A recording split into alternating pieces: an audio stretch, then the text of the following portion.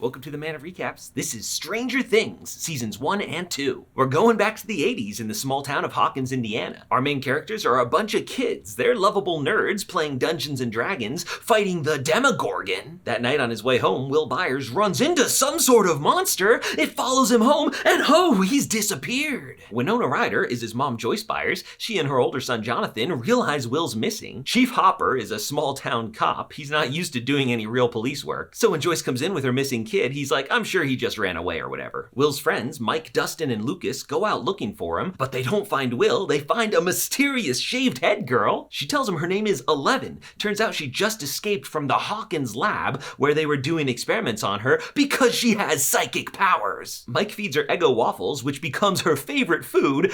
She eats them a few times throughout the series. She explains that bad men from the lab are chasing her, so they're in danger. And actually, she knows where Will is. He's trapped in the Upside Down, a sort of parallel dimension, the home of a monster which they call the Demogorgon. Mike has an older sister named Nancy, and Will's brother Jonathan kinda likes her, but she started dating the cool kid Steve. She goes to Steve's house to party and ditches her friend Barb to go hook up. So Barb's outside by herself moping when the lights go out and oh, she's disappeared. She is in the Upside Down with the Demogorgon. Oh, and it grabs her. Joyce Byers has been getting strange phone calls where she can faintly hear her son Will. She thinks Will is trying to communicate with her through flickering lights, so she pulls out the Christmas lights and hangs her whole house with them. Turns out she's actually right. She can talk to Will, only ask him yes or no questions though, so she has this brilliant idea of painting the alphabet on her wall, each with a different light. But Will's not the only one here. The Demogorgon starts coming out of the wall! Chief Hopper's investigation leads him to the Hawkins lab. It's supposed to be some just sort of electrical plant, but he realizes quickly it's a CIA cover-up. He does some digging and finds it's run by a Dr. Brenner. He was accused once before of kidnapping kids and doing experiments on them. And indeed, 11 grew up in the lab with him. She knows him as Papa. So Hopper thinks the Hawkins lab might have kidnapped Will, but just then Will's body is found. Yeah, he fell in the quarry. A tragedy, but totally normal. No conspiracy here. But something doesn't sit right with Hopper. He punches his way into some information and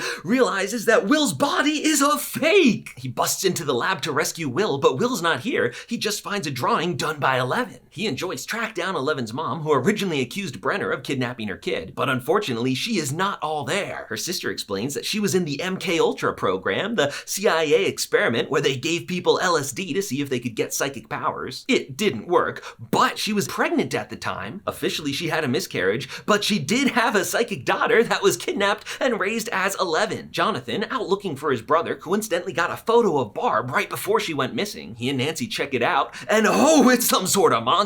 They grab some monster hunting supplies and scope out the woods, where Nancy finds a gross tunnel that leads to the Upside Down. The Demogorgon's there, and it's scary. They barely make it out. 11 can use her powers to hear Will in the Upside Down through the radio. They sneak her into school, hoping to use the more powerful radio to talk to Will, but it doesn't really work. At school, Mike picks a fight with some bullies, and 11 backs him up, freezing him still and making him pee his pants. This comes back to bite him later when the bullies grab Mike and they're like, hey, I want you to pee your pants. He's like, what? I don't have to go right now. So they make him jump into the quarry instead. Luckily, 11 saves him and floats him back over them, breaks the kid's arm. She's like, yo, that's my man. Lego my ego. But on the way home, surveillance vans spot 11 out in the open, so they're all coming for the kids. They're running away on their bikes, and 11 pulls a reverse ET.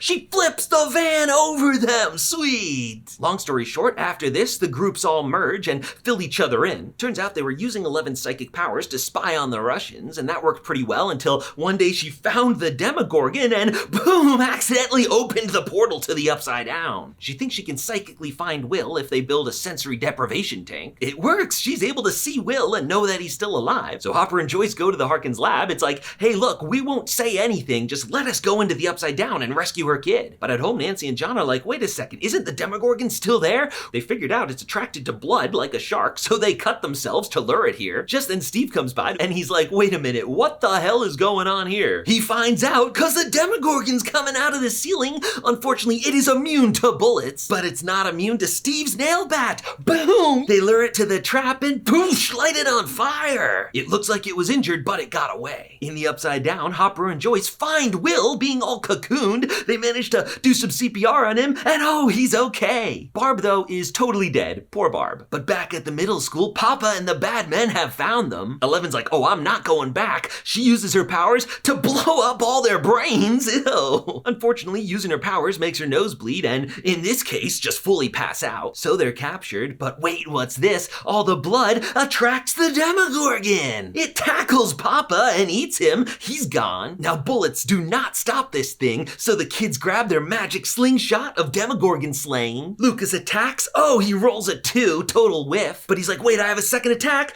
Oh, nat 20, critical hit. No, you dummies, it's not the slingshot. It was 11 using her psychic powers. She's like, bye friends, been nice knowing ya, and rips the Demogorgon apart, disappearing in the process. But Will survived. It's the end of the Lord of the Rings moment. Hey, Mr. Frodo. So it's mostly a happy ending, except Eleven's missing and Barb is dead. And back home, Will Byers has flashbacks to the Upside Down, and he coughs up a baby Demogorgon slug. He's like, yeah, I'm just gonna ignore that for now. And that's how season 1 comes to an end. This is Stranger Things, Season 2. Now welcome back to Hawkins, Indiana. It's the 80s, so our boys are hanging out at an arcade. They're dealing with a huge crisis as Dustin's Dig Dug score has been beaten by somebody named Mad Max. Will Byers dealing with a bigger problem of having flashbacks of being back in the Upside Down. His mom takes him in to the Hawkins lab. They've put a nice friendly doctor in charge. He's like, no more evil experiments. They are still a shady government agency though. And the portal to the Upside Down is still in the basement, but they seem to have it pretty well contained. There's a new girl at school. Her name's Maxine. Mad Max? Yeah, that's her. She's really good at Dig Dug. So all the boys got a huge crush on her. Speaking of huge crushes, Will's mom Joyce Byers has met Samwise Gamgee, and they're having a thing. His name's Bob, and he's a huge dork, but a really nice guy. Jonathan and Nancy have a huge crush on each other, but they're just friends because she's still dating Cool Hair Steve. They have dinner with Barb's parents, who never got any answers on their daughter's mysterious disappearance. Of course, we know she was eaten by a Demogorgon, poor Barb. But her parents have hired an investigator to go get some answers, and he's been bothering Chief Hopper. He has all sorts of theories, like Russians and aliens, but he does have one lead that's pretty close, the mysterious Buzzcut girl. 11 disappeared last season after she killed the Demogorgon, but where has she been? She's been living with Chief Hopper, what? But how did this happen? Well, after she killed the Demogorgon, she was transported to the Upside Down, where she was stuck for all of 5 minutes till she found a portal to crawl out of. She couldn't go back to Mike's because the feds were there, so she lived in the woods for a while till she found the Eggos that Chief Hopper had been leaving for her, and then he took her to the cabin in the woods. Today is Halloween, and she wants to go trick-or-treating, but Hopper's like, no, you can't go out there because the feds are still looking for you. Our boys going as Ghostbusters. Of course, no one else wore costumes today. Dustin and Lucas talk to Mad Max. They lay on the charm and invite her to come trick-or-treating with them later. Now, Max has an older brother, Billy, and he is about as sexy as any guy from the 80s can possibly be. Unfortunately, he's got serious anger issues, almost runs the guys off the road. That night at a Halloween party, he takes over as coolest kid in school, which of course used to be Steve's title, so they have a feud, which starts a little bit homoerotic and then gets very homoerotic. Nancy is feeling guilty about Barb, so she drinks herself stupid and then kind of breaks up with Steve. Ooh. Dustin found a strange thing in his trash can. It's this weird tadpole creature. He feeds it some Three Musketeers, so he names it D'Artagnan, or Dart for short. He shows it off to the guys, but Will remembers when he coughed up a little Demogorgon baby slug, and he's like, ooh, that's definitely what that is. It is evolving super rapidly, so Mike goes to kill it, but it escapes. Dustin finds Dart before the other guys, hides him under the hat, like, nope, didn't find him, nothing to see here. Will is in the Upside Down again, and this time when the Shadow Monster comes, he's like, I'm not afraid of you, you're not real. Shadow Monster's like, I'm very real. I'm gonna stick myself all up inside you, gross. So Will is seizuring out until the Shadow Monster finishes with him. It's like, what's the deal? Are you possessed now? He's like, no, I'm still in control, but I might be a little bit possessed. Mom's like, well, you're real cold. How about a hot bath? And Will's like, no, he likes it cold. Oh, definitely a little possessed. Will can't really explain what's happening to him, but he's a good artist, so they figure maybe he can draw it. Unfortunately, it's all just scribbles until Joyce realizes that they kind of connect. So they go lay him all around the house, and boom, it looks like the vines in the Upside Down. Hopper's like, wait a minute, vines? Pumpkins have vines. So he digs a big hole, and sure enough, there's tunnels all over Hawkins being turned into the Upside Down. Will's like, hey, Hopper's in trouble right here, but like, who knows where that is? Just then Bob comes in to hang, and Joyce is like, oh, it's really not a good time. And he's like, oh, that's too bad. I was just gonna play some brain teasers and puzzles and stuff. And she's like, wait, puzzles? Can you solve this? He's like, huh. Have I been dating a crazy person? She's like, no, this is just a game we play. You gotta find the X. And he's like, well, that's impossible. There's no frame of reference unless that shape right there is Lover's Lake. Wait a minute. These vines, they go around the bodies of water so I can tell exactly where we are. So they find Hopper's hole and manage to save him. The Hawkins lab guys come too and burn the whole place, but then that sends Will, like, into these crazy seizure spasms. Whoa, no! Later, Eleven's looking through files and finds her mom. She hitchhikes over there and proves to her aunt that she is the real psychic child that's not supposed to exist. She meets her mom, but unfortunately, as we remember from last season, she's not all there. 11 is trying to psychically communicate with her mom. She gets the whole backstory of how when she was born, Dr. Brenner, the old bad guy from the Hawkins lab, took her away and told everyone it was a miscarriage. So her mom went crazy, busted in there to rescue her, but she got caught, so Dr. Brenner gave her the electroshock therapy, boom, zapped her brain, and sent her in this loop of the last day of her life. That's what she's mumbling this whole time. Meanwhile, after her drunken confession that she doesn't love him, Nancy and Steve are broken up, so she goes and hangs with John. She's like, hey, you know what we should do? Justice for Barb. But of course the feds are listening, so they go pick him up. They talk to Friendly Doctor, who's like, look, I love justice for Barb as much as anyone, but we've got this, portal to another dimension down here. We can't have this getting out. You understand, I'm sure. But Nancy had a tape recorder. She recorded the whole thing. Whoa. Nancy and Jonathan go to see the investigator guy, who's got all sorts of crazy theories on Barb's disappearance, and she's like, hey, the truth is even crazier. So they tell him everything, and he's like, wow, I'm gonna need a drink for this. See, your story is like this vodka. It's too strong. We need to water it down a little so people can digest it. They're going to expose Hawkins' lab for running dangerous experiments, but they're going to leave out the alternate dimension stuff, be like a gas leak killed Barb. That's fair. So they're all celebrating. He's like, how long you two been dating? And they're like, oh, us? No, we're just friends. And he's like, yeah, right. Well, if you're not sharing a bedroom, Jonathan, you can sleep on the pull-out couch in the den. And so they're going to do that, but they both get up to sneak into each other's rooms, and these two get it on! Meanwhile, Steve goes to Nancy's house to apologize, even though he did nothing wrong. Turns out Dustin is already there, though, looking for Mike. He's been taking care of Dart until he escaped and ate his mom's cat. Yeah, definitely a Demogorgon baby. So he manages to lure him out and trap him in the basement. So he grabs Steve and he's like, forget the girl, we gotta go kill us a Demogorgon. Dustin and Steve turn out to be the best, most hilarious duo in the show. Steve gives Dustin girl advice and the secret of the super cool hair. You gotta mousse it when it's damp, not wet. Damp. Now, where has Lucas been? He's dealing with Mad Max. See, she's super pissed that she's in the group but being excluded from all the secret conversations. So he brings Max up to speed on everything with the Demogorgon and the Upside Down. She's like, that's crazy, I don't believe you. So when he finally answers his walkie, Dustin's like, hey, come on, we're Demogorgon hunting. He grabs Max, he's like, I'll go prove it to you right now. Anyway, they're setting a Demogorgon trap, but turns out Steve is caught in a trap. There's more than one Demodog. That's right, they're Jurassic Parking him. So he bashes ones and manages to run away, get back in the bus. Max gets to see one up close, and they're all gonna be eaten, but they all run off mysteriously. See, back at the Hawkins lab, they realized the portal they thought they had contained was not contained at all. It was going down into the ground, and that's how the tunnels all got made. They're like, yo, we gotta burn everything, but Nice Doctor's like, hey, it might kill the kid Will, because he's got some sort of connection to the vines. Mike's like, hey, if you've got a shadow monster connection, maybe you can use that to tell us how to defeat him. And Will's like, oh, I can actually go to this spot. That's where the big mother brain is. So they send the troops down there, but there's nothing. Will's like, I'm sorry. It's like, wait a minute, the shadow monster's controlling him, not the other way around. He's led them into a trap. That's where all the Demodogs were going. So they come down there and kill them all. And now they're coming up into the lab. Now let's leave that as a cliffhanger while we spend an episode following 11 on her adventure. In her mother's memory, she saw another girl was with her, and she uses her psychic powers to track her to Chicago. She meets up with the gang of 80s punk caricatures led by number 8. So they decide this makes them sisters, and number 8 shows that her powers aren't physical. She can do mental illusions, inside people's heads. She's like, hey, 11, how strong are your powers? Can you move this train? And she's like, no, I can't. So she goes all Star Wars Emperor and is like, use your anger.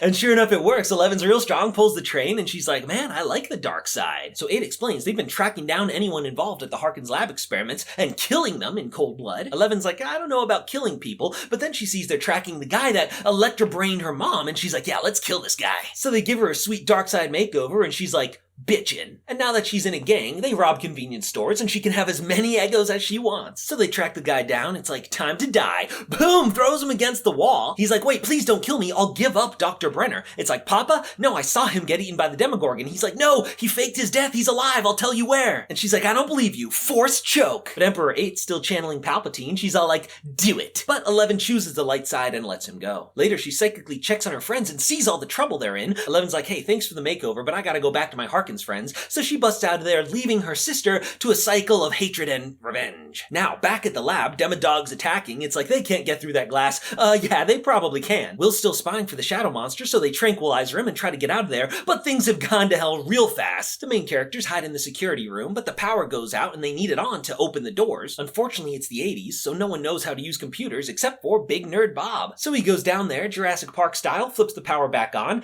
and opens the doors using his supercomputer skills that that no one else could have figured out. So they're gonna escape. Nice doctor says he'll stay behind and guide them using the security cameras. The gang makes it out, but Bob's coming from the other direction, and he gets blocked by a Demodog, so he goes hides in the closet, and it's all fine until he comes out and the broom falls, hits the ground. Fly, you fool! So he runs out of there and makes it to the lobby, stops for a romantic gaze with Joyce, just long enough for a Demodog to tackle him. No! The rest of the pack shows up, so there's no saving him, and Bob dies. Poor Bob. So the whole gang's together at Will's house. They go to the Dungeons & Dragons manual for answers, find the Mind Flayer, which, like the Shadow Monster, controls the minds of its minions. They figure the Mind Flayer is possessing all the Demodogs, so if they kill it, they'll all die too. Unfortunately, just then the phone rings, and it's got a distinctive ringtone, so Will realizes he's at his house. So that means the Demodogs are coming. The gang gears up with their weapon of choice. Some look more effective than others. But when the Demodog busts in, it's already dead. What? Oh, who's coming in? It's 11! New dark side outfit, looking bitchin'. She and Mike are reunited. He's like, hey, I like you with hair. And she meets Mad Max, the newest member of the group. She's like, ho, you stay away from my man. So they fill her in on the situation. She's like, hey, you know, I think I have the power. I can close the gate. But they realize a problem. If they close the portal while Will's still possessed,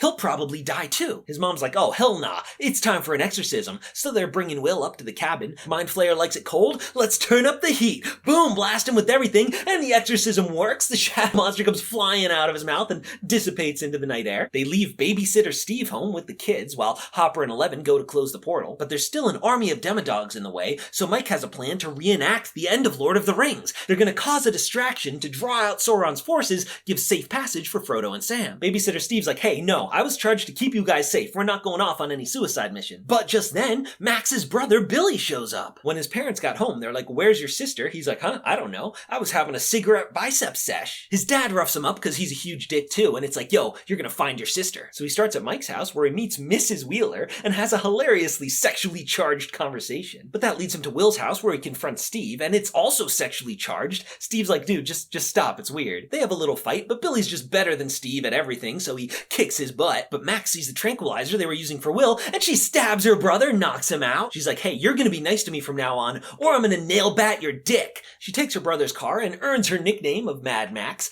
They brought an unconscious Steve with them, so when he comes to, he's like, all right, fine, suicide mission, let's do it. So when Hopper and 11 are blocked by the Demodogs, Steve throws the lighter, boom, fire, lights it all up, and the Demodogs all bail to go chase after them. The boys running for their lives, but their path is blocked by a single Demodog. Wait a minute, that's Dart. Dustin gives him a Three Musketeers, and he lets them pass. Oh, it's so cute. But the rest of the pack shows up, gonna eat him, except they run right by, they ignore him, because 11 has made it to the portal. Turns out she can actually use her psychic powers to close it, so all the Demodogs come to stop her. Hopper has to shoot him off as she's going. Then the Mind Flayer himself shows up. He's reaching out to her, but she can stop him too. Boom, both hands floating in the air. Bah, closes the portal. As predicted, all the Demodogs die, and the day is saved. Hawkins' lab is shut down because of the expose this guy wrote. Finally, hashtag justice for Barb. Then it's time for the middle school dance. Dustin embraces the way of the hair. Steve has coached him on how to be a lady killer. Unfortunately, Steve is super sad because he and Nancy are over. She is still with Jonathan. Things are great there. And cool Dustin busts in, ready to ask Mad Max to dance, but she picked Lucas. She likes him, and they're kind of a thing now. Okay. Dustin's like, hey, no biggie. I'm gonna go ask the hottest girl in school. Even Will found some girl to dance with, so that just leaves Mike sad and alone. That's why you don't do long-distance relationships. But who should show up except 11? Whoa! The nice doctor survived it all and was like, hey, we're not gonna chase 11 anymore. Here's a actual birth certificate. She can have a normal life. What a good guy. So she and Mike get to dance. They share their awkward middle school dance first kiss, and the world is a beautiful place. Except, of course, in the Upside Down, where the Mind Flayer is plotting revenge. And that's how Stranger Things Season 2 comes to an end.